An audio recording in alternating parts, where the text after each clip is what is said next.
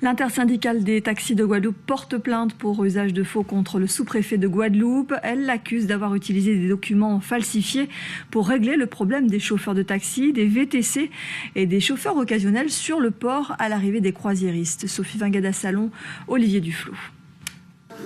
Voici les documents pointés du doigt par l'intersyndicale des taxis de Guadeloupe.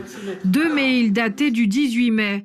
Sur le premier, il est écrit que les VTC aux chauffeurs d'occasion auront la liberté de circuler.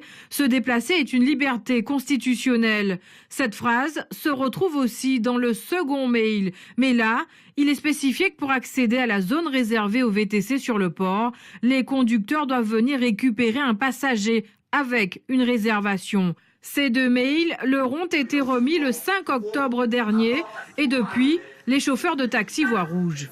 Maintenant, de regarder les documents là, nous constatons que forcément, c'est faux. Alors, on ne sait pas qui j'ai arrivé en même temps. On ne sait pas si c'est la Providence, on ne sait pas si c'est un bon Dieu qui fait ça, mais ça qui permet de nous faire un lobby.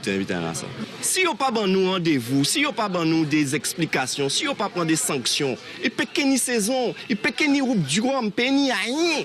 Une plainte a été déposée pour usage de faux en écriture. C'est sûr qu'il est impossible d'avoir un mail envoyé à la même personne, par la même personne, à la même heure, à la même seconde, au même moment. Quand on voit les 2 documents, il y a forcément un qui est faux. Et c'est ce que nous avons demandé à la gendarmerie, de déterminer lequel est vrai, lequel est faux.